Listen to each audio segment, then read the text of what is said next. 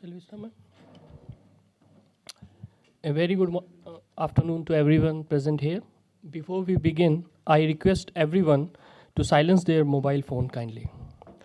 Esteemed panelists, distinguished guests, ladies and gentlemen, it is a pleasure to welcome you all to Sapru House for the discussion on the book The Crossroads, Kashmir, India's Bridge to Xinjiang, authored by Professor K. Warikoo.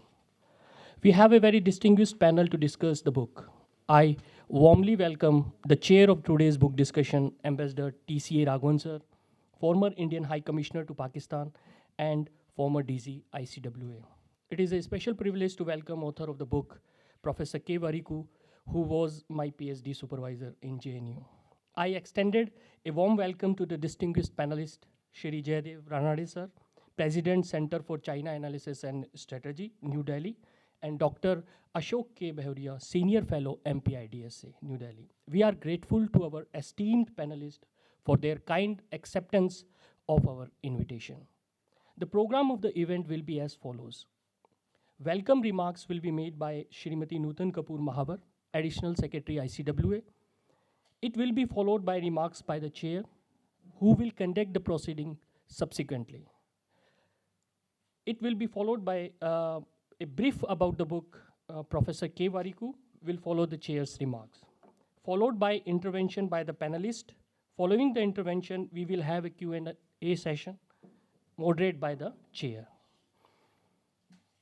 Now, I request Srimati Nutan Kapoor Mahavar, Additional Secretary ICWA, to kindly deliver the welcome remarks. Thank you. Thank you, Puneet, Ambassador Raghavan, distinguished experts, students, and friends.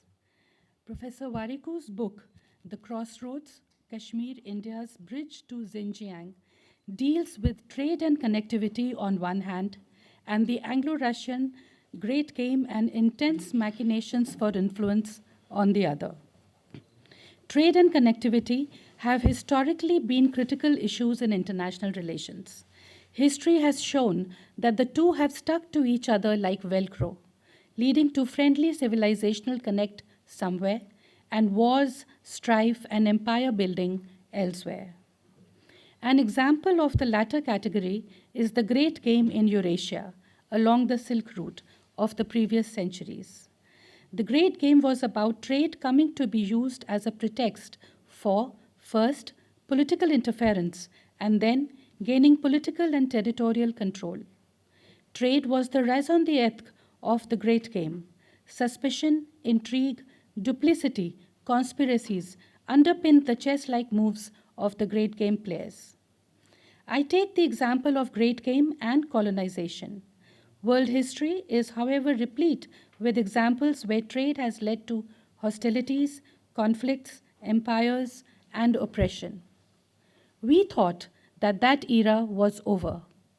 However, in the backdrop of the current geopolitics and global tumult, the reappearance of Great Game 2.0 is being cited, showing that colonial-era undercurrents still find sway.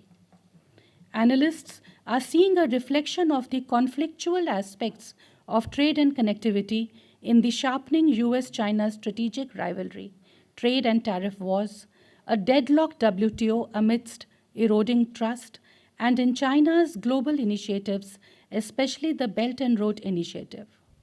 Needless to add, trade conflicts, connectivity calculus, and geopolitics make for a heady mix. Today's Sino-US rivalry and its manifestation in different theaters of the world and in the overall trend of weaponization of trade is a present-day extension of the colonial-era trade wars. We need to acknowledge this and take firm steps to negate these attitudes and tendencies. Drawing advantage from the current geopolitical ferment, we need to craft a new world order, an order which turns history around and incorporates trade as a positive and beneficial force that promotes peace. Can we do it? It goes without saying that we don't need a Great Game 2.0. Lessons from the Great Game, from colonization, and from previous centuries do not tell us to downgrade trade in international politics. Instead, they tell us about its significance and immense potential if harnessed the right way. Trade is important. It is a tool for inter-country, inter-regional, and inter-civilizational intercourse. Trade is interdependence in operation. Trade will continue to be a salient feature of the international order in the foreseeable future. It is critical, however, that the New World Order, about which I just mentioned, should deploy trade as a handmaiden of improved living, a harbinger for prosperity for all, a tool for development, rather than the forerunner of wars and conflict as we see it today, both in the historical and contemporary context. Cooperative, transparent, and trust-based approaches are, of course, a necessary prerequisite. I think there are UN resolutions linking trade to peace and security. Trade and security linkages exist in WTO too. These need to be revisited. A word about Kashmir and Xinjiang. The importance of overland connectivity, trade, and cross-border community ties is lost on no one. However, geopolitics of the all-weather Sino-Pak Texas since India's independence have excluded the possibility of a peaceful periphery for India, and Kashmir's relations with Xinjiang remain estranged. Moreover, China's actions give us no respite. BRI is a reincarnation of a hegemonic outlook along the Silk Route, an attitude seeking to build spheres of influence reminiscent of the Great Game era to India's detriment. Only this time the hegemon is China.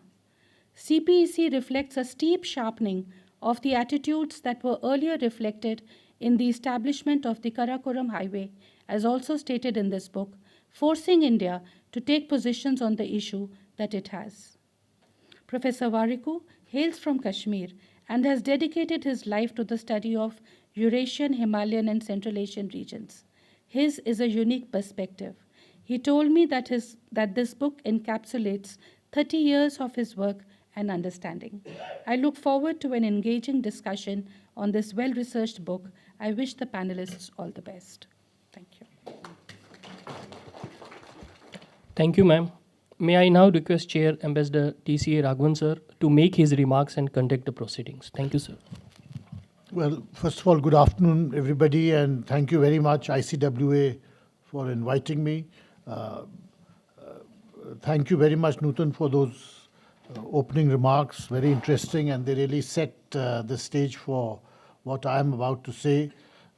May I congratulate Professor Warikoo for not just this book, but also his long years and the much great effort he has put in to exploring the history of Kashmir in a wider context, in its Central Asian context and its Trans-Himalayan context. In many ways, this has been a lonely furrow. There are not too many scholars who have invested so much on the study of this particular theme, and his journal, Himalayan and Trans-Central Asian Studies, stands out in the existing literature. So in many ways, this book is a summation of his great amount of research which he has put in and which has been published from time to time, and it opens up many new lines of inquiry. And I hope these lines of inquiry will be followed up. But certainly I do wish to congratulate Professor Warikoo very warmly for his great dedication, and as I said, it's been a lonely furrow, and it's good that we have such a good panel to discuss this.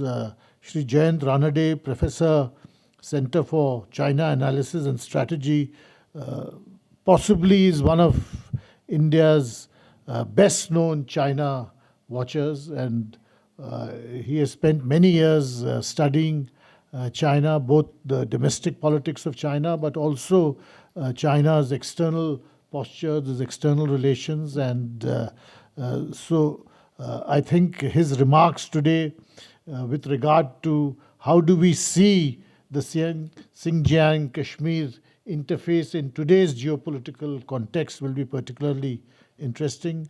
Dr. Ashok Behuria is one of India's most astute Pakistan watchers for many years, and He has studied Pakistan's internal dynamics, India-Pakistan relations, Pakistan-occupied Kashmir, and numerous other related issues with a great deal of clarity and insight. And certainly through all the years that I dealt with Pakistan, I found his writings always something which you could rely on for providing that extra insight and extra little bit of context, which is otherwise often missing in analyses about Pakistan in India.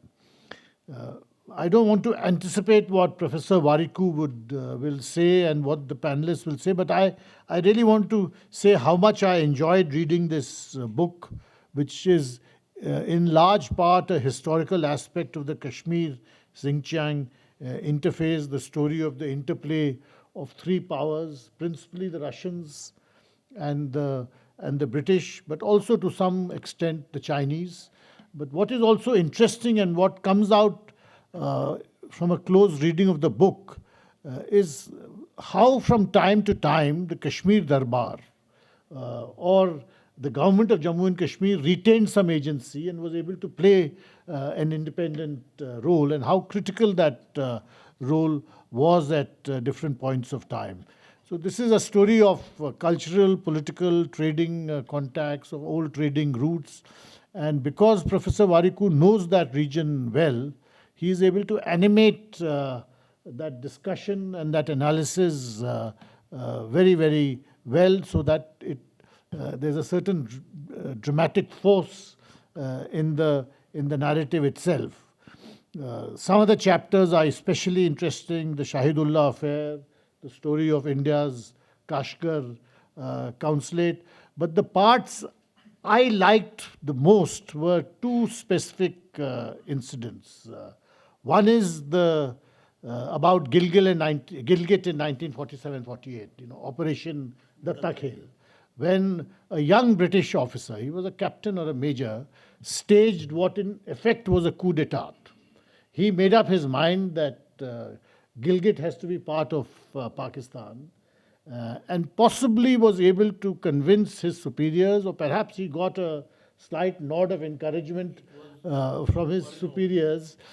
But I know that is your view, but in my view, it wasn't so much policy which was crafted from the very top, but it was more an example of local initiative driving policy, and local initiative in the end bringing about a situation where policy had to mold itself to accommodating it. In any case, it was a coup d'etat, and it had enormous consequences for the history of South Asia thereafter. The other interesting episode which I enjoyed reading very much, I had read it earlier and I reread it again, was about how some Kazakh officials, Chinese officials, after the revolution in China, decided to take refuge in Kashmir. And then what happened to them? And they finally ended up in Bhopal, where obviously the heat would have killed off most of them. But it's a very interesting story to read. In general, the book raises several questions, some of which have been answered, but some are unanswered because these are events which are unfolding. And one of those questions is that, and it's something which I don't think government has a position on it, but it's something which we should think about in think tanks and in analyses, in analytical circles, that what is the end game in Kashmir? I mean, what is the optimum future we envisage? One is, as Nutan pointed out, and this is something which we all believe in, that we have to take a certain progressive view on trade and to define our region's future in terms of not shutting ourselves in, but in having expanding relations with our entire region. And obviously, overland trade is the best way of doing that. But can we apply that general principle to Kashmir? since 2014, for instance, a certain bold experiment which had been attempted between 2004 and 2014, which was of softening the line of control, had been attempted. And one part of it was that you open up trade routes between the foothills, which is the Jammu region, and the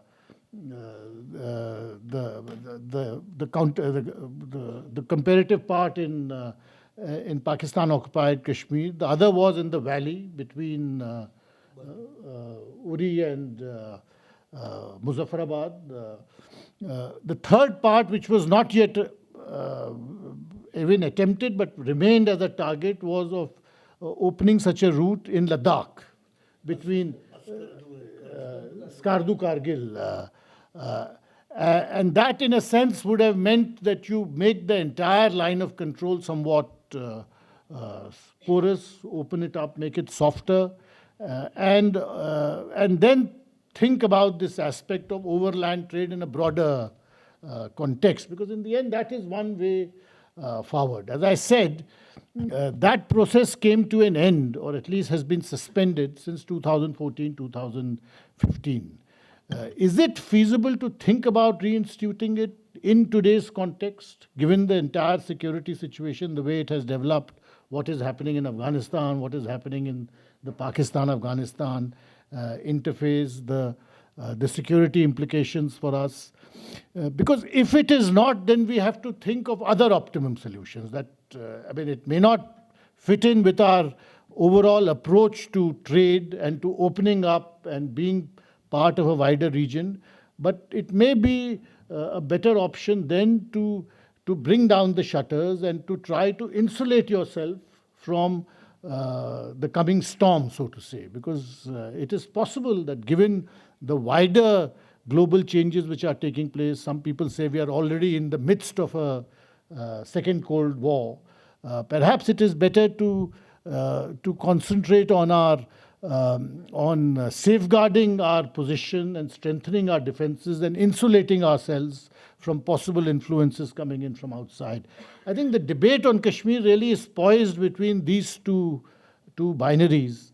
And when we look ahead, we have to think about what is the way forward and what is the way forward, what is the best way forward given our own national interests. So with that, may I request Professor Warikoo to give us a brief overview of the book, and thereafter I will request our panelists to also give their convey their points of view. Again, may I thank ICWA for inviting me here today. Thank you. Thank you, sir. As has already been started, the book actually was conceived in late 1979, when I had a chance meeting with the last Uyghur refugee staying in Srinagar. And then my meetings with late R.K. Kak, he was a doyen of Kashmir journalism, Express, Times, etc., and he had covered all the series of events, important events since 1930s and I had about a decade-long interaction with him. He had actually covered this Uyghur and Kazakh exodus from Xinjiang into Kashmir, had interviewed Isa Yusuf Alaftkin and Bogra, Muhammad Amin Bogra, who were the main leaders of Xinjiang. And Kak Sahab told me that they had already informed the Indian government, and they were close with Sheikhullah, and they had probably met Nehru, and that about the Chinese designs regarding highway, Aksai-Chin, Xinjiang highway, and other designs, because they were holding very prominent positions in the erstwhile Xinjiang government. Then I had one meeting with, that it was by chance meeting at Srinagar, Abdul Wahid Roda, who was a great Carvanier and was leading the Lapchak mission, a tea trade mission, semi-official mission between Kashmir and Ladakh and Tibet. So he was a great political, he had great political insights, and was very incisive, informative, and politically minded, and he gave me very good insights into the situation into Xinjiang and that region's affairs. In fact, he had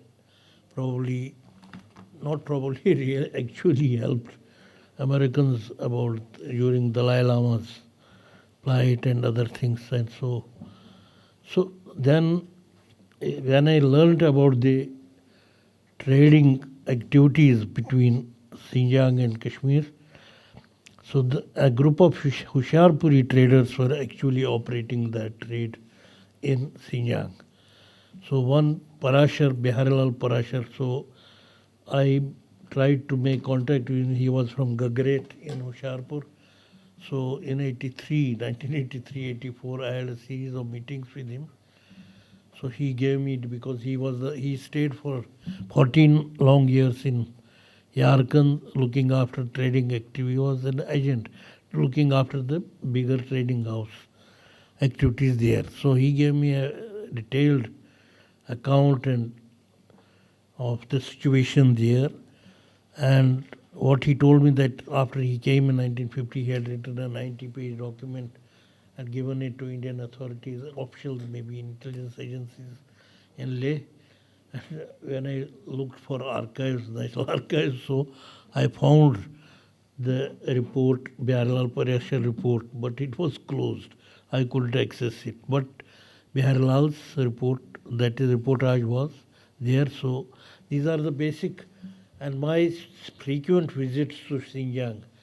And I was lucky to have the help and assistance from Zhou Shuqing. He was the director of some institute, and they were dealing with Xinjiang.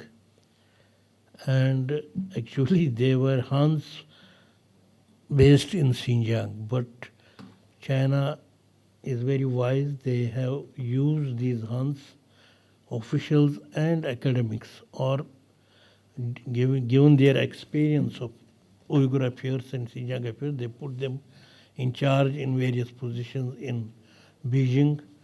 So this institute hosted me once, but then they facilitated my 2 visits to Xinjiang, and both once southern Xinjiang and other 2011 northern Xinjiang. So I covered, and earlier I had been several times there. So all this, so while this book should have been out much earlier, but since this was a very tedious job, as you have seen, it is spanning 16 chapters, and I have tried to cover as much possible about the bilateral issues, whether it is trading, culture, or diplomatic contacts. As you have said yourself, Kashmir maintained very strong diplomatic presence in Xinjiang through the medium of Kashmiri Muslim traders. Maharajas would give them some gifts and they would perform their job. They would report back, keeping the British away, without the knowledge of the British. The British were very keen that the Maharaja doesn't indulge into direct interaction with the Trans-Karakoram nobility or the authorities in Xinjiang or Kokand or Bukhara or otherwise. But the prestige and position of Kashmir state, Kashmir Darbars, was so high across the Karakoram in Central Asia that they would once again, and his hospitality would attract them to stay with him, and then they would confer and they would. So all these minor and details of this diplomatic maneuvering, out-maneuvering by the British and the machinations, and finally, when I reached this point of this Gilgit, as you said, Operation Data Khel, Major Brown is the main, instrument, but actually it was Cunningham who was the Peshawar में जो था NWF का वो governor, and then Baker, not Baker, some other name, and the main Bacon. Bacon. Bacon. Yeah, they were placed Roger Bacon. He was appointed as political agent in Gilgit in early 47. Then he was the main link between Pakistan government, Major Brown and George Cunningham. And Ernest Bevin, the British Foreign Secretary, spoke to George Marshall, the US Secretary of State, on 27 October 1948 during a meeting. He stated, I quote, the main issue was who would control the main artery leading into Central Asia. The Indian proposals would leave that in their hands. So the main issue before the British was to keep India away from that highway. Now you must have seen the reports about China trying to occupy Wakhan, whether that is true or not, but the eyes there, Chinese have put up some posts there also on that corridor. I have, in 2011 or 12, I visited Tajikistan again for a field study, but I was keen to go to southern, that is Badakhshan, Gorno-Badakhshan region. So it was again a providence. I didn't plan to go there. I had planned up to, I had read this George Curzon's notes and others. So I had planned to go to up to Kharog and other places. But the local Professor Waldosh in Kharog University, they were so happy to see me. Probably they had seen my work and my enthusiasm and interest. He took me along with him to the last village or inhabitant village in Langar on the Wakhan corridor. So it was the last village.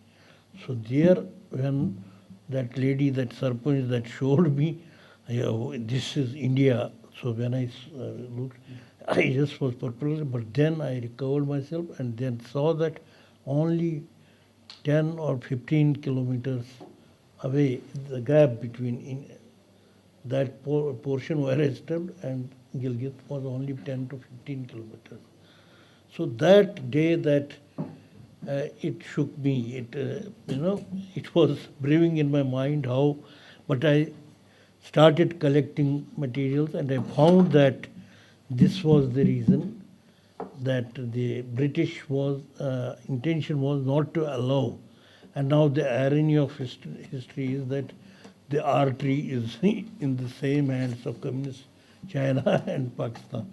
They have built Karakoram Highway, they have upgraded it to as CPAC, and I must share with you that as per figures I got from the archives, in London archives, yes, 1936, the annual trade turnover of between Xinjiang and Ladakh, Indian trade with Xinjiang via Ladakh was 2 million rupees in 1936 via Leh, Yarkand route. In the same year, the trade turnover between Gilgit and Kashgar was 0.1 million. That is 20 times less. So, but we are frozen, our trade is frozen, we are caged in a strategic bottleneck. But Gilgit is well connected with via Khunjab, with Tashkurgan and Yarkand and Kashgar. And it is now not only Karakoram, but it is upgraded as part of CPEC. China is, and Chinese, as you must have seen in my exclusive chapter on Raskam, China's interest in Gilgit is not new. It is much older than, it starts from 18th century. And when British agent in Gilgit installed the Gilgit chief, Muhammad, I forget his name. So Chinese government in Xinjiang ensured that their two representatives, senior representatives, were present in Gilgit at that ceremony, installation ceremony. They wanted to present some document or some edict to the new Nazim of Gilgit, but the British said, no, you just sit here, so as a respected guest. And they were in 1899 or 91, something like that. extensive chapter on Raskam. We talk about our right on this 3,000 or 5,000 kilometers of territory, Trans-Karakoram territory in Raskam, Tagdumbash and other. I have culled out all the original documents based on Hunza sources and the British archival sources, that how the Raskam lands and Tagdumbash and others were part of the Hunza Mir of Hunza estate. So that is for the first time been. And as regards Shahidullah, I have put a separate chapter. Shahidullah was it is about 80 kilometers beyond Karakoram Pass. So it was seen, it is strategically located because from there you could oversee the movement from three directions, from Yarkand, from other side, from Hunza side, Gilgit side and other side. So Maharaja wanted to have an eye on that post. So he put an outpost there with some soldiers. They were withdrawn because of being too distant and maybe due to winter. But the British ensured that this territory is taken over by China. They virtually physically induced Chinese government in Xinjiang. Young husband went there, then others, please take up, otherwise Russians will come. And this happened because Gromchevsky, Russian officer, had also landed up in that region and he had come to Hunza. So many games were being played in this region, but the end result is that as an independent India, as a citizen of independent India, I feel that very bad that how we lost Gilgit by proxy. It should not have been, even though the situation was deteriorating, it was worsening at that front. In 1999, when Kargil War took place, after Kargil War, I got an opportunity to go to Kargil, Dras and Leh by road. Some team was going, so they asked me to accompany them. So there we stayed in Kargil, and the Kargil local Muslim old man, he was very much sore about how we lost Askardu. He was very bitter and said why India didn't take any action at that point. And so bitter was his memory that Askardu would have been ours had government of India had taken any interest in reclaiming it or just defending it. But the fact is that is why all these issues, it took me long years, I think, now 40 years, I think, 40 plus. But this could not have been done better. It needed a long calculation, contemplation and assessment of different maneuvers and out-maneuvering and different sources. So that is how this book has come about. Thank you, sir. Thank you very much, Professor Warikoo. It's interesting what you mentioned about Skardu, because this is a perennial debate. It's like the debate about the Simla Agreement. I mean, there is this view that what we gained on the battlefield, we lost on the negotiating table. Similarly, there is the view that in 1948, if the Indian Army had been allowed to finish the job, they could have taken back the whole of POK. But when you actually look into the historical record, then it doesn't appear so clear. General Sinha, who was written about his role in Skardu and in the possible operations in Skardu, he's quite tentative about it. That there was no clear military outcome which could have been predicted. So they were not able to give a categorical recommendation to the government that this was militarily a possible it was worthwhile in operation to invest in this in operational terms. So it is a much more complex question when you go into the details of the historical record. But your general point is a valid one, that there were imperial games afoot, and at that time, amidst all the confusion of 1947-48, it was not possible to anticipate all of them, and certainly to some extent, it was difficult to control the consequences. I mean, the other bigger irony, of course, is the whole of the present-day Khyber Pakhtunkhwa. There was never a Muslim League government over there. It was run by the Congress, and the Congress party had performed well in all the elections. So it's also one of those ironies. And there is a book by Raghavan Singh with just this lament. The title is The Lost Frontier. But I will now request Mr.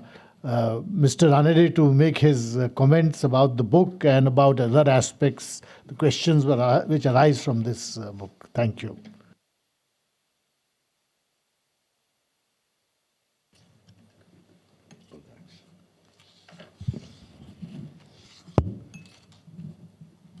Thank you, Ambassador Raghavan, and thank you, ICWA and the others for inviting me today. At the outset, let me say that two things strike me about the book. The first is the more that things change, the more they remain the same. And the Great Game is one example. It's still going on. I mean, from the 1800s till today, in different forms, maybe the dramatis personae have changed, but the objectives and the manner in which it is being played out remain the same. The second, of course, is the British behavior or British actions, which oftentimes, as you brought out, I mean, you haven't brought it out specifically, but you hinted at it or you pointed us towards it. The British actions were at times independent of the interests of British India. It was what, you can say England or Britain wanted, and their commercial interests were supreme. That, of course, is something which continues till today, where they're doing the same thing, and how the Chinese have been there. But the Chinese themselves very often were not active players. They were passive, they were present, and they were either drawn into it or used. But let me get down to the book itself, and I'll say that initially when I started going through it, and I say this to the wider audience, first few pages it was like a history book. It was like telling me, what happened, until you go a bit deeper. I mean, once you've gone across chapter 1, you start seeing what exactly is being spelt out, what is happening there, and how the principal actors, what their interests are, and how they're sort of trying to play that out.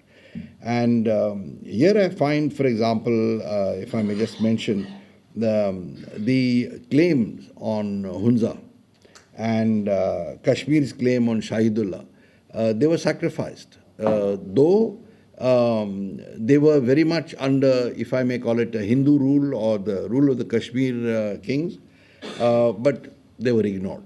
And in fact, the Dogras were restrained from going ahead and taking it. To my mind, for two reasons. One, of course, the British interest that they wanted their trade to continue and their passage to Central Asia, etc., to continue.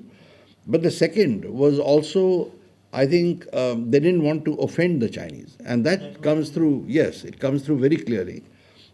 Sometimes, of course, there were minor interests, like they wanted to elevate their consulate in Kashgar, etc. But primarily, I think they didn't want to offend the Chinese. Now, the reason is not far to seek. I think it was the opium trade which netted them a lot of money. And here again, I see a similarity in the charas trade that went through the year. And mind you, there is, I think Aitchison has written there how it's, disturbing the mental capacities of the Sikh, the charas coming in, into Punjab, through Kashmir into Punjab. And, but that they continued, the opium trade they continued, and they sacrificed other things in that for that purpose. So I think that comes through very clearly. And having been in Leh many years ago, of course, in the 1970s, when it was still primitive, but I have chanced to meet a lot of the old Ladakhi families,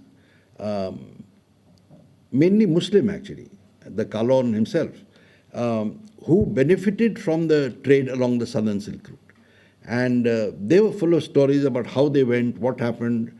And I remember from that time also them saying that the Chinese were not very obvious in their presence in those areas. It was mainly the Tibetans and these people going across till they were able to get across to the, as they said, to the Uyghur traders or people from Xinjiang who would come down and trade with them.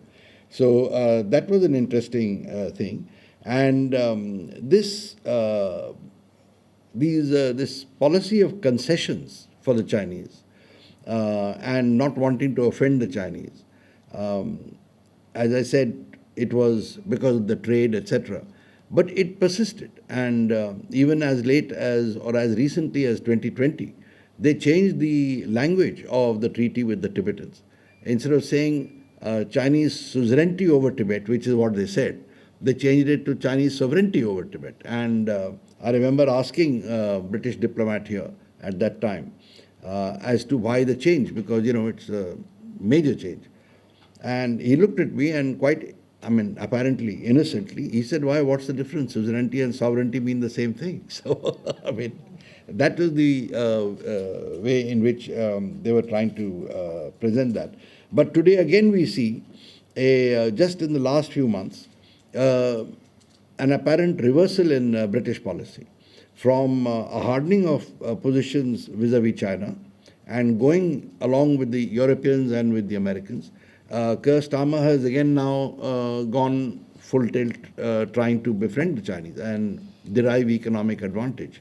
So I don't know where that will go, but their policy obviously is to get to a point which both of you made just now. Economics and trade is obviously at the center of what they're doing.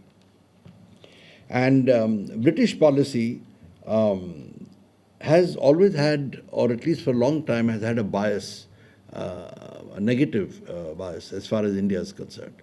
And somehow it strikes me even here when we talk of Operation Datla Kheli, and it was, as you rightly said, one man who decided that he would rather quit and rather die, but get Gilgit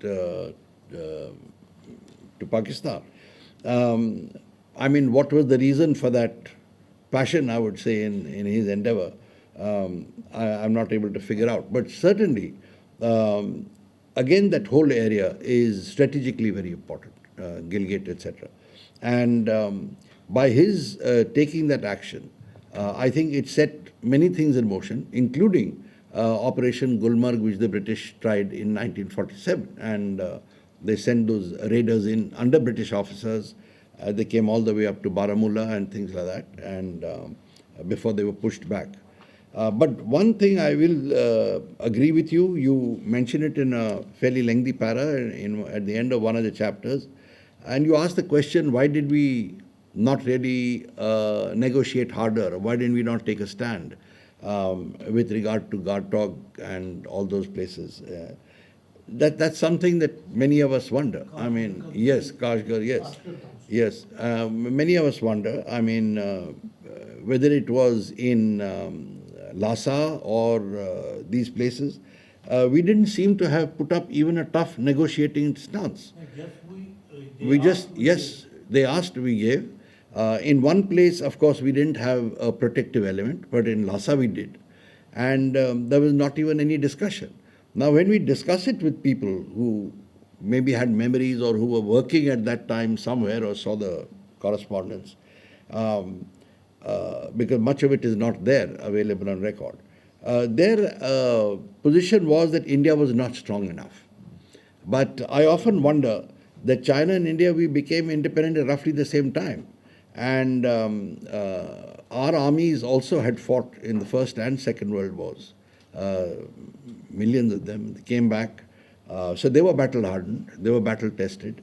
The Chinese, of course, had fought their guerrilla wars and come in.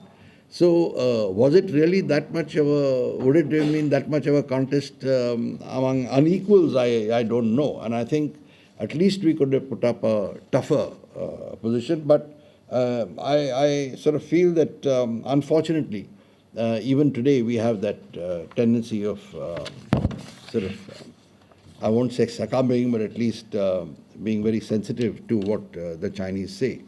And the same area which you have been talking about, Gilgit, Hunza, Shaksgam, Tagdambash and Raskam, today they're so important, and Shahidullah, they're so important. One of the things to talk about today's times is our discussions with the Chinese or negotiations with the Chinese on the Depsang Plains. That's just next to that area. It's part of that larger area. And the Chinese, in fact, we see are hardening their positions there. And they built a new airport just now at Tashkurgan. They're building airports at Yarkand and some other places. They are beefing up, the positions in Pangong. So these are all in the same area. And Shahidullah is another. They built a new airport there. It's almost complete. So these are areas of crucial importance, and they're at the mouth of the Karakoram, literally, and where the CPEC is passing through. And so for us, to my mind, it's sort of making, shall I say, China is consolidating its position and its hold in the region. It's also strengthening its, shall I say, connections with the Central Asian republics through that route. That's why they are beefing up, a lot of military infrastructure in Xinjiang. They're improving transportation arteries in Xinjiang to reach out to Asia, Central Asia. But they're also in the process tightening their grip or firming their grip on Pakistan.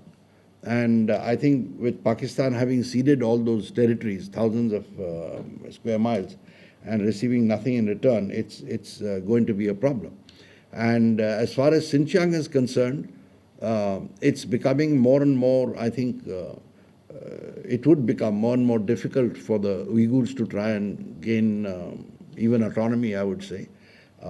Chinese have tried all kinds of methods there, the soft approach, the hard approach, and now we are seeing a pretty tough approach there that Adrian Zenz has written in detail about what is happening there.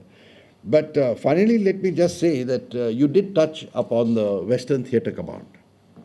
And I think for us, 2 points I would make. One, I think the abolition of 370 was a good move. It showed that at least we are now taking a decision that no one else has a say in the matters of Kashmir. But we have to move further. But I think with the Western Theatre Command, China has actually imposed limits on what can or cannot be done and what we could do. And let me just quote what their official mandate to the Western Theatre Command was. Laid out. It was laid out in February 2016, when they said that among its tasks, it will be countering threats to Xinjiang and Tibet, as well as Afghanistan and other states that host training bases for separatists and extremists. It's a very wide mandate for the largest theatre command in China, which has 1/3 of the land forces in it, and which, of course, sits immediately across us. And again, actually what the Western Theatre Command does is extend China's military might right across our northern border to the west, if we include Pakistan in it, which I tend to do. I think the Pakistan military capacity today is linked in or dovetailed into the Chinese military capacity. And again, when you talk of Shahidullah and all in your book of becoming important, exactly, that is exactly what happens. And I think this is the period that we have to look ahead. There was mention of trade by you on what we are likely to do. I think what I anticipate is the first obstacle that we have to overcome is this blockage of our direct routes into, into Central Asia. And I think that is why we are looking at the alternate through Chabahar and things like that. If that works out, I don't know. But certainly the way I see it, with China and Pakistan operating together, it will become difficult for us to open that route. We'll have to look for something else. Secondly, it also opens up a pressure point for the Chinese and the Pakistanis against us, if they do want to apply pressure. And here Kashmir becomes actually a bit vulnerable. It has routes, ingress routes, and it is exposed to that extent. So I just make these points, but I just feel that the book is certainly something that brings up many points. You have also touched upon how in the 5th and 6th centuries it was the Hindu rulers who were actually in control of all these areas, which is a good point to make with the Chinese at least, who keep pulling out old maps and showing where they were. They themselves got in touch with Yeah. So, these are good stuff to counter it with. But I think the book is something, certainly it's worth reading by students not only of Central Asia but also of Pakistan and China. And it is, as you said, it's a unique perspective. And I think it's something that is worth reading, and I thank you for it. Thank you very much. Thank you very much. May I now request Professor Behuria to make his... Thank you, sir. I congratulate Professor Warikoo for this wonderful book. In fact, as a discussant, I always set my role for myself, and I always think that where are the holes I can pick, and I will take a dig at the author. But I must confess that it was very difficult on my part to pick those holes in this kind of a book, which has such a broad sweep, and focuses on an area which is of import to us. I would say that when I was reading this book, because I have been also looking at this northern border of ours, with China, with Pakistan, and the imperial conspiracy, so to say, to shape it in a particular way and to leave a lot of things undecided, undefined. In fact, that is what is the reason for the distress that we have today with China, with Pakistan, with everybody around us. So the colonial legacy that we have is actually creating problems for us. And when I was going through the book, it doesn't stray from the dominant narrative. The dominant narrative is that the British left us where we are today, and that was because of their own reasons, because of their own machinations. While it doesn't digress from the dominant narrative, it fills it up with a lot of facts and details, which actually prods you to think that this was actually so. There are two ways we can look at it. If a book like this convinces you about your best prejudices, how do you move from there? Is it the case that you will bury your past and move on? If Professor Warikoo has said that Kashmir is the breeze, should we try to open up a line of communication with the Chinese and show them this book and say, look at this. This is the way it was. Should we not go ahead and do it again? It is interesting. The China post-70 is not the China pre-70. And China post-49 was a different creature altogether. When we were asked to shut down our consulate, China was different. Perhaps they did not want this kind of relationship to be with us again. People have taken a dig at Nehru. People have taken a dig at his administration for not having bargained well. But I would say that, the hands were full. A lot of issues were there. Chinese were not welcoming. So a lot of issues were there. So rather than putting the blame on a particular individual or a particular administration because that is so fashionable today, we should look beyond that, like what actually we can do. For example, this book has a mine of information in it. People say that all the Central Asian states, people from Central Asian states used to use that Lake Yarkand route to go to Hajj. That was the kind of a route that was there.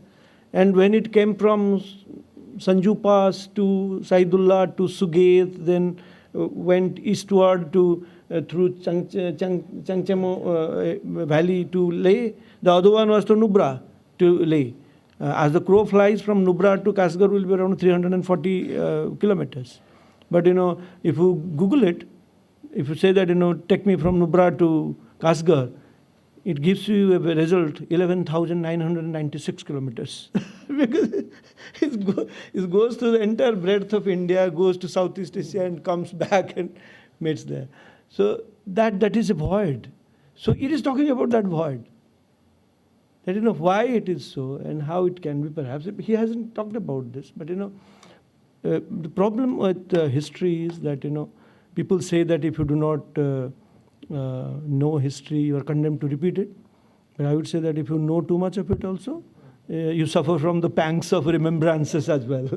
So this is what, I suffer from the pangs of remembrances when I read this book. Like what might have been possible and what was not possible. For example, there are a lot of ifs and buts about history. Look at, the Hunja. The Hunja chapter is excellent.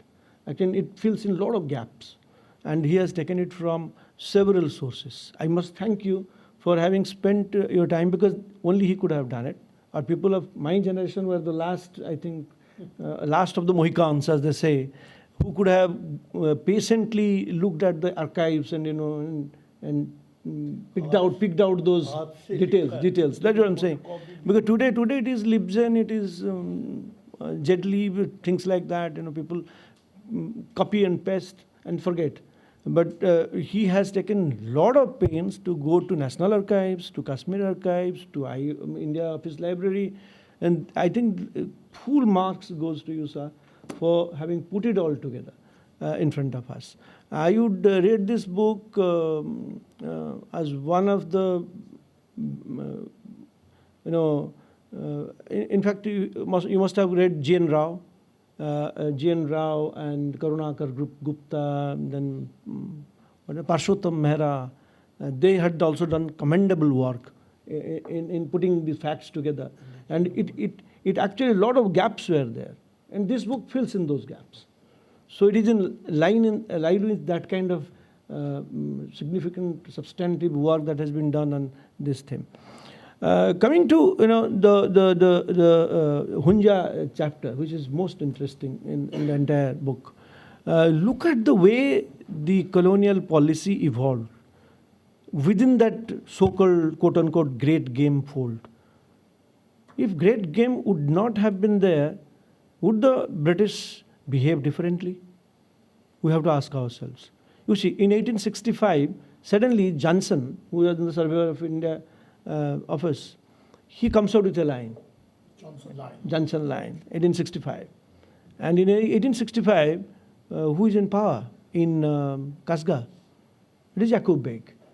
Yaqub Beg assumes office in 1865.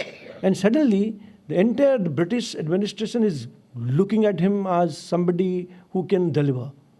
Yaqub Beg also sends his messengers to the British. And there is a interesting relationship brewing between the two. And that is the time when the British are upscaling their claims. 65 is the maximalist line that we are also subscribing to. We accept it. In toto. And that includes not only Saksam but also Raksam, that the Caracas Valley where Saidullah stands. So the entire thing we accept. But look at the way it peters out. When it becomes Johnson-Ardagh line, Ardagh is a military intelligence expert in UK, Great Britain. When it becomes Ardagh line, it is 1899. Yaqub has already been killed. 77, Yaqub goes. He was there for 12 years, then he goes. And the Chinese are getting in. The Qing dynasty had already started asserting itself. And in 1899, Johnson-Ardagh line comes down a bit, around Saidullah. And then you in 1902 or 3, you have the other one, McCartney-MacDonald line. McCartney was in Kasgar, and MacDonald was in Peching. So they together come out a line which is below Kunlun, around Karakoram. So British were trying to revise that line all along. And in 1911, 1912, they come out with another map where the entire northern flank is undefined territory. So they created this confusion, in the minds of rest of Indians. Of course, Indians were so busy fighting for their independence that there was no time for looking at the map and trying to assert that this is our outer border. And I don't think at that point of time also there was no saffron brigade who could have extended it to Xinjiang. So it was like that at that point of time. So if you look at, so we are so busy, we are not looking at it objectively. So what happens when Nehru comes in? He also becomes a little confused as to what to do. At one point, at one level, he's a nationalist, ardent nationalist. In fact, in Discovery of India, he writes chapters which even put Saffronites to say same, the kind of eulogy he serves for India, Indians, nationalism, blah, blah, blah. And he was also a nationalist. Of course, he said somewhere that, not a blade of grass grows. But, he was also trying in his own way to defend the border, that undefined border. And we are left with that kind of a situation today. But coming back to the theme that he deals with, even after Yaqub Beg, the line of communication stays. People come and go. Even after in 1930s, even 1931 was, you have identified quite rightly. That is the time when you find migrations taking place from Xinjiang to Kashmir. There's a lot of Xinjiang people who settled down in Kashmir during that time. And it continued over 2 decades, till about 1951-52, after 49. So that route was there. Even by 51 it was there. But gradually it fell off. Now you have G219, then G219 aage jaake meets G314, which comes to Pakistan. 315 goes to Kasgar. It is all Chinese made super highways which are there. Whereas these tracks, mule tracks and kacha tracks, they have been forgotten by history. So the point now is, whether it can be revived. Can we have a CIEC like CPEC? That's the question. And rather than looking at China as a threat, can we also look at it as an opportunity? Of course, and people will get riled by what I'm saying. But the problem is, it compels me to think that way. Like, you talked about Western frontier, Western command, and such a huge, massive, force station there, which actually, you have talked about also Samsal Pass, where they have built a 35-kilometer road which overlooks Siachen. This creates a lot of panic in us, a lot of scare in us, and because of the power asymmetry that is there between China and India. But at another level, the Chinese are also master businessmen. What Bismarck said about Englishmen in the 19th century is perhaps apt on Chinese today, the nation of shopkeepers. That way they are nation of businessmen now. So can we do it? Can we do this turnaround, or will we continue to look at China through other prisms? These are questions that are left in the air. But coming to the book, the true value of a book lies in the kind of discussion it provokes. And true value of a book lies in the issues that lie outside the book, that it compels you to think about. In that sense, you have achieved your aim. And I think it's a very good book, and it is a must read for youngsters around me who are here. You must read it and try to take a cue from here and read up other books that I referred to. But before I forget and before I conclude, I will tell you, sir, the one thing we have been talking too much about Operation Tata Khel. And of course, I have gone through Sinha Sahab's book, I have gone through L.P. Sen's book, Slender Was the Thread. So there are a lot of speculations about what India could have done at that point of time. But I think you are absolutely right there that perhaps we could not have done more than what we did. But there is one area where we perhaps could have done more. That is Skardu. Skardu ho sakta tha. But we are not looking at it with as much interest as we are looking at it today. So perhaps that there is a book by very small book by Karunakar Gupta, which talks about this. And it also refers to somebody who was there at the helm of affairs at that point of time. When Gilgit was taken out, Skardu was still hanging in a balance, by a balance. And we perhaps did not look at it that closely. Perhaps it is not there, but this is something that we can also take up for a further discussion later. Thank you. Thank you so much, sir. Thank you very much. I must thank both our panelists for the not just the insightful remarks they made, but the candor with which they made them. The whole idea of think tanks is to think laterally and to think of possibilities which are not otherwise being discussed in the public domain. So with these, let's have some questions and comments, and we can ask our authors and our panelists to also contribute. Yes, madam. May I request the people asking a question or making a comment to be brief and also to identify themselves. Thank you, sir. I'm Professor Warikoo and Teen Murthy. We were senior fellows together. Thank you. I wanted to react to the general sense, and especially mentioned by Ashok, whether we could do more in the war. And since he mentioned Lieutenant General Sen's book, which I have also read, the funny thing is, and I felt this many times at many points when I was reading the book, that I don't know if anyone wants me to say this, but that the presence of Mountbatten in the Defense Committee actually being the whole sole authority on what will happen, except when Patel sidelines him and moves in certain actions.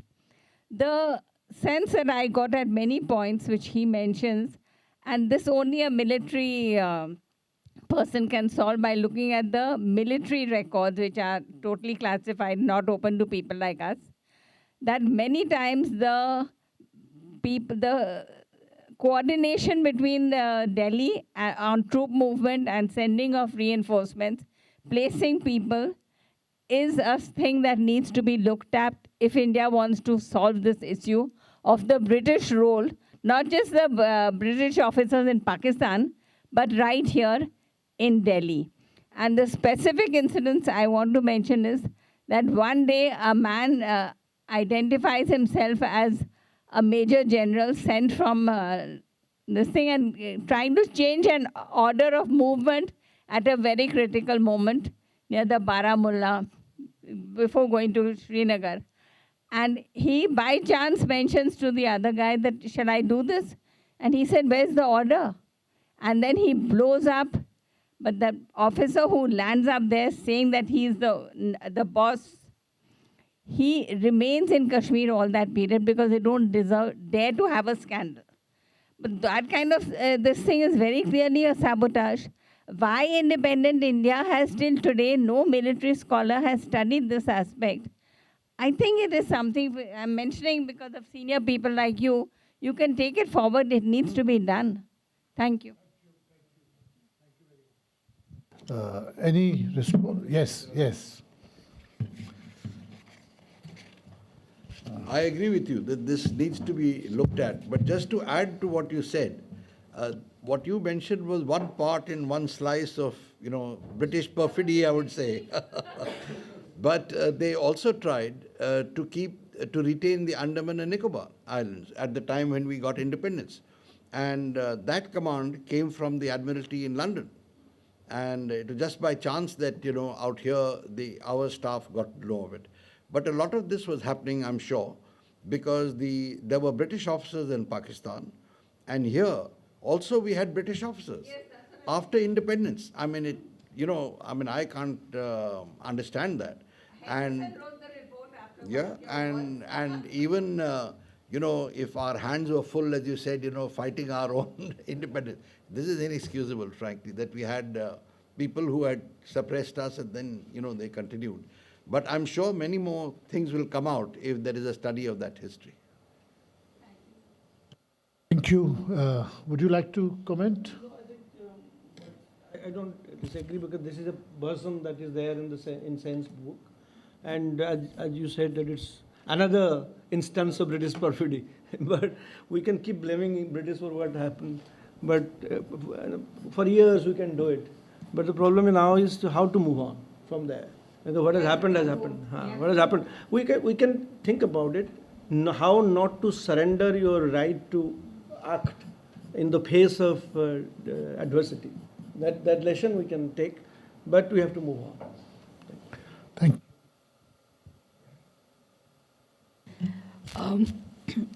Actually, you mentioned that China's interest in Xinjiang could be traced back to the 18th century. I mean, you cited some incidents.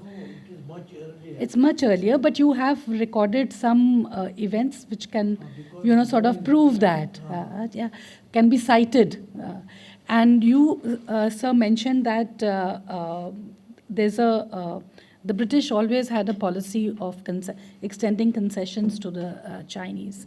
There is also a view that the Chinese were a victim of the Great Game. Would you agree with that view?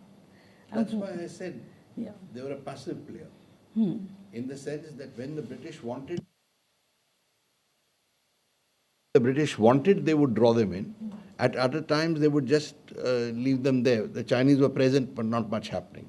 And as far as the Great Game itself is concerned, there are British records, which claim that it was exaggerated, because the Russian who came there, by the time he was spotted in near Lhasa, and then he was spotted in Lhasa, by the time those reports reached Simla and later Calcutta, the number of people accompanying him had grown, in just the transmission of the letter. And later on, when the British went there, they said, there is no threat. There's just gentlemen with one more assistance. In fact, the British presence was larger than his. So the Great Game took on, I would say, a life of its own in that context. But again, I feel that the Chinese were not that... the Chinese were also powerless to a large extent, in the front of these people. And later on, with the opium and all coming in, they were really a spent force. Well, as you said, the more things change, the more they remain the same, and it is in the nature of security and intelligence analysis to exaggerate the possible threat. Well, I wouldn't say that, but so, yes. So the Pakistanis convinced themselves that we have 56 consulates along the Durand line, and we are now convincing ourselves about many threats, some real, others imaginary. So this is part of the games, whether great or not. Any other questions or comment? Yes, sorry. Chinese threat, China question in the between 1860s and about 1910s, 11s. Like 1911, the Qing dynasty goes. So you have Republicans coming in. But before that, if you look at it, the British were playing their own game. And of course not too loudly. They were very persistent, but they were trying to ward off the Russian threat, basically. When Petrovsky was given the status of a consul in Kashgar, they said, why not ours? Macartney should also be given. Macartney was not given. Macartney was just staying there. They just tolerated him. They did not give him any position, diplomatic status. So British were looking at that, to have China on their side in a manner that, the Russians will not be able to get in here. So when Yaqub Beg emerged in the horizon for 12 years, he held sway. And the Chinese were constantly, trying to run him down. During that period, the British were actually trying to align with Yaqub Beg against China. Yeah, they probably. Yeah, they thought that ACU will come out with a buffer zone there, and which will actually be to their advantage. So they were trying to play this game in the Tagdumbas area basically, and they forced Hunja to give up his claim over Raksam, whereas he was given estate in Arkan. He was given estate in Arkan. Not only that, in Tasgurgan, up to Tasgurgan his writ ran, because he used to collect levies up to Tasgurgan and up to Rakskam, Saidullah on the east. So that was a broad area and the Chinese had granted them even after Yaqub Beg left. Even in 1890s, the Chinese said that Hunja's writ run there. So in that sense, even if the Chinese were saying this, the British were telling them that come and insert yourself here, so that they will have a more credible buffer between the Russians and them. Questions? Yes.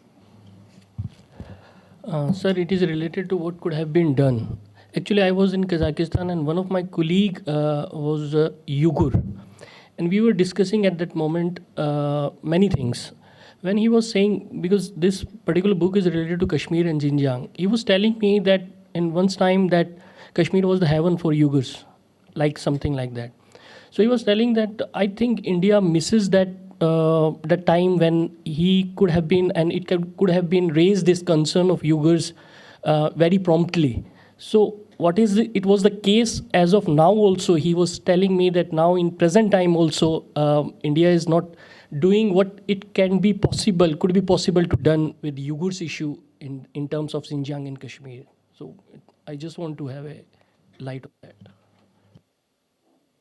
Yes, please go ahead. That is true. As I have said, India was always sensitive and has remained sensitive to Chinese concerns, has never allowed any, even during the exodus from Xinjiang to Kashmir, even at that time, Chinese authorities in Xinjiang raised their concerns, and because the ex-Uyghur officials had brought a lot of gold, Beg Kuli Beg had a lot of gold along with them, and then the British Indian authorities confiscated it and handed it over back to them. So British India and independent government of India has always been sensitive to Chinese concern in Xinjiang. So, particularly about the Uyghurs. A few years back, some Uyghurs were going to come to Dharamshala for a conference. They were not, I think, this Dolku Nisa and others, they were not given.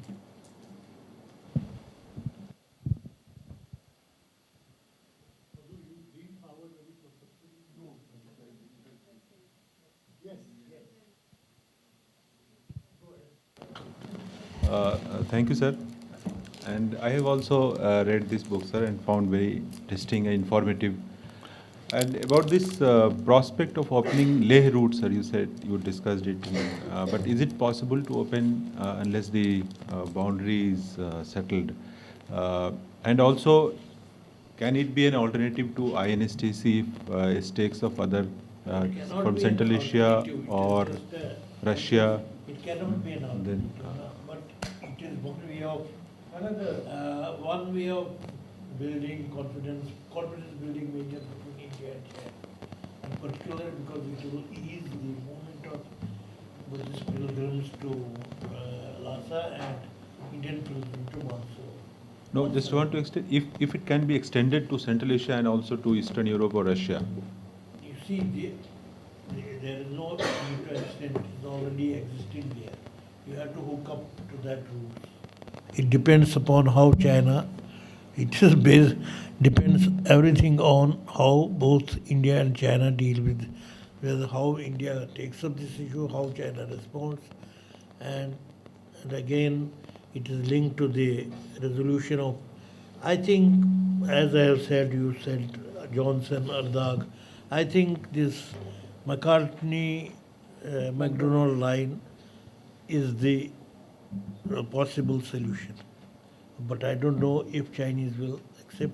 And at the time when McDonald had proposed this line, Chinese didn't object. They it was thought that the British Indian records say that it is assumed that they accept this line. But it is again out of The problem is, first problem is accepting any line now, because we have a constitutional position also to safeguard. So you cannot, because there is, I mean, one can have a theoretical debate that our positions based on the erstwhile Johnston line, how credible they were, but that debate has been closed. You cannot reopen it at this stage.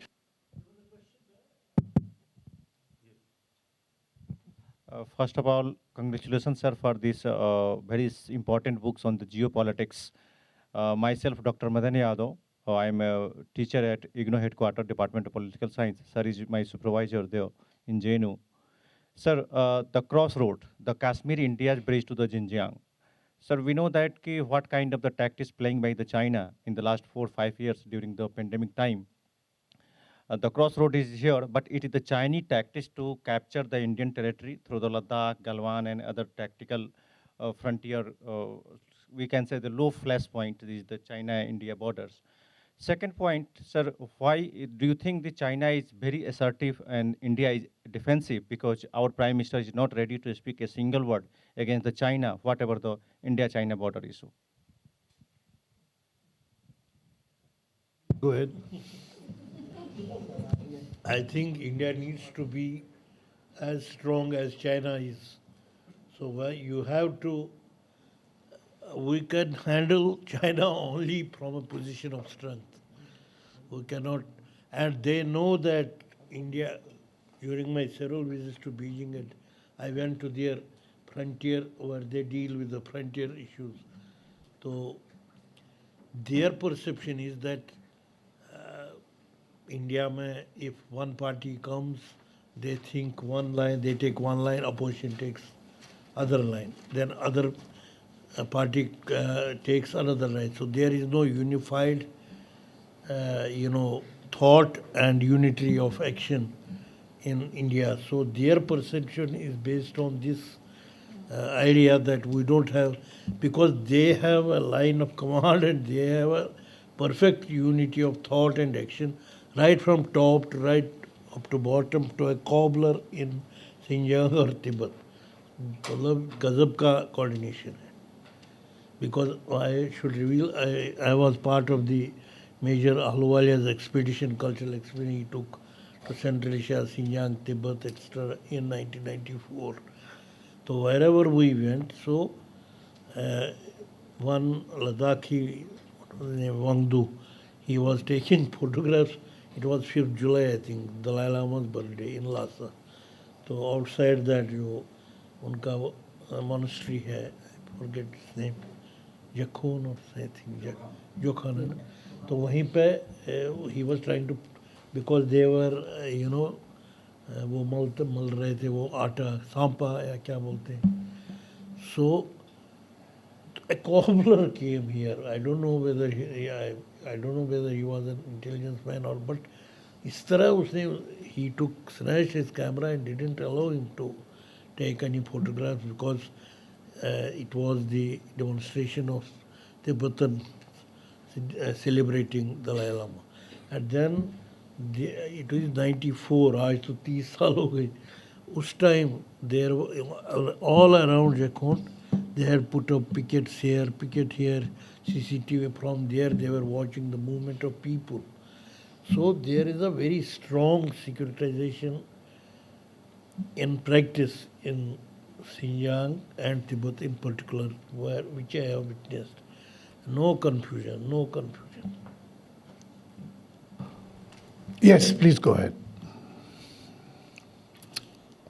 Thank you, panelists, for the discussion. I'm Nandini Khandilwar, Research Intern at ICWA. I have a very small question for you, sir. So you talked about, while giving your speech, you posed a question that why do we have to look at China as a challenge and why not as an opportunity? So I just want to ask, in what sense can India look at China as an opportunity given its cartographic aggression which we see from time to time?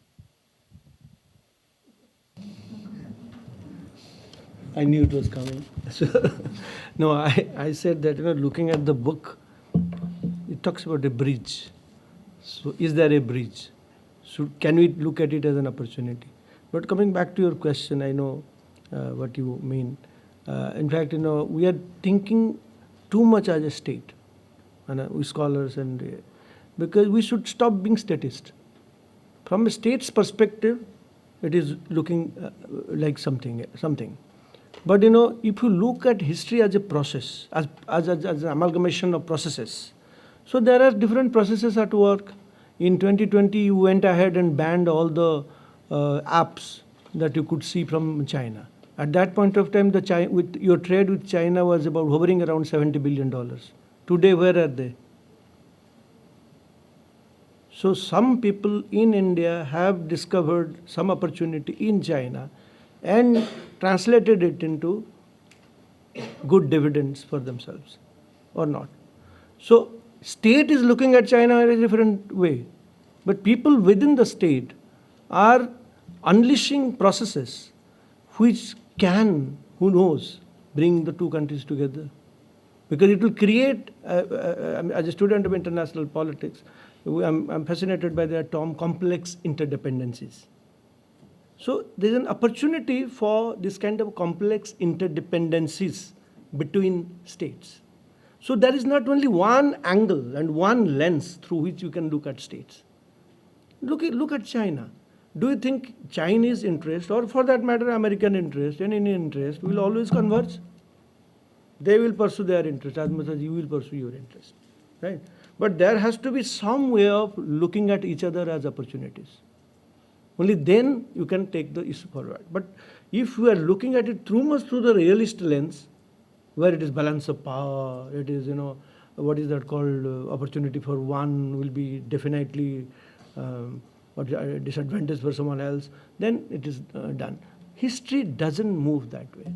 I'll put it that way. Thank you very much. I think we have... Sir, I just would like to answer to that gentleman there. I'm in the Foreign Service and I've served 28 years. Sir has been my boss. I've reported to him and he's served so many years in key positions.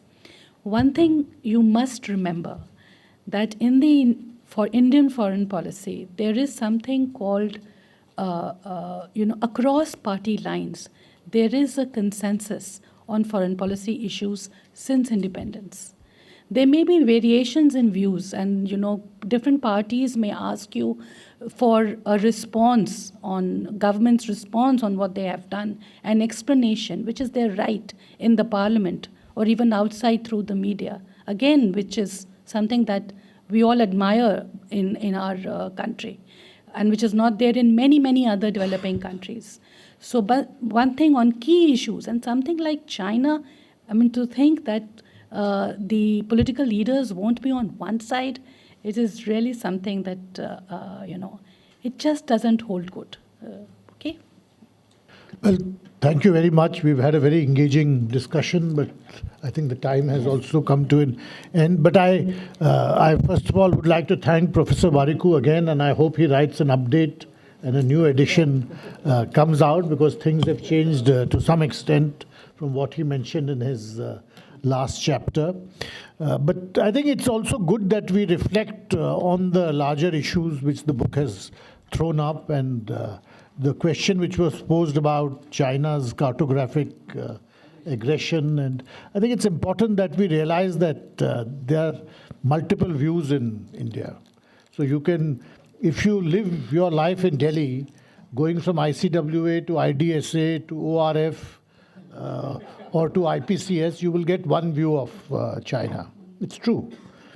But if you go across the road to FICCI or to CII, you will get a different view.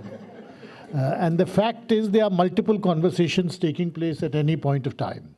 So at the same time as our military and security fraternity is putting forward one point of view, the economic survey will say that it's time to open up on investments from China. So I think it's good to be conscious of the fact that there are multiple points of view, and none of these views can be easily dismissed. So when you look at it from a policy angle, you have to see what is the optimum, because there are no black and white solutions.